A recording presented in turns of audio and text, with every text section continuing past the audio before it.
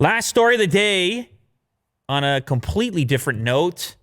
This is the Monolith from, well, a lot of people are calling it a monolith because obviously many people are familiar with the 2001 Space Odyssey movie. There's a very similar shaped item in key parts of that particular film.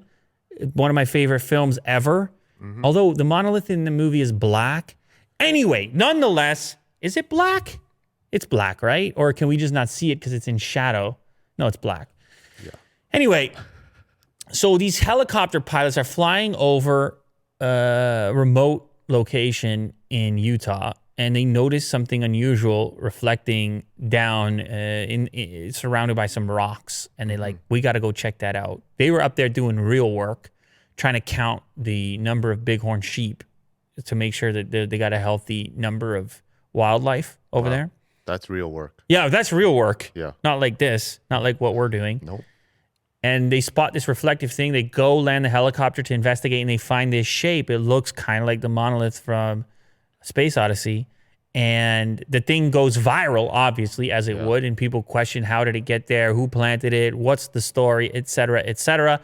You have a bunch of influencers from YouTube traveling there to post their videos touching the monolith. Some of the reports that I've heard are that it is hollow. It looks to be, it has rivets on it, probably constructed in that location. Some speculation saying it may have been there from previous movie or television shoots. It happens to be in a relatively popular location. As far as Hollywood's concerned, maybe part of an old Westworld shoot. Mm-hmm. That was one of the things, the speculations you were seeing. But still no answer. No answer. It's still open-ended at the moment. For it. I was kind of hoping it would be a solid material. So one of the things that someone from that has a YouTube channel went over there, maybe I should shout out whoever it was. It was, or this was actually an Instagram user, David Serber. And he went there with a magnet to see if a magnet would stick to it. It did not. Oh. And he kind of banged on it to see how hollow it was. He said it felt like cardboard. And that's the unfortunate part to me, is if you're going to pull a prank like this, or maybe I shouldn't call it a prank, but maybe it's an art installation. If you're going to do this, and it would probably be expensive, but imagine that was a solid slab of like tungsten. And it's in the ground. Deep in the ground. Now you got something. Mm-hmm. But I don't know how much a slab of tungsten at that scale would be. It would obviously be very expensive, and maybe they've achieved their thing in having people notice what it actually happens to be. Now, the original group that found it did not share the coordinates, but of course people figured it out, posted it online, and now this is a popular attraction. People are going there, they're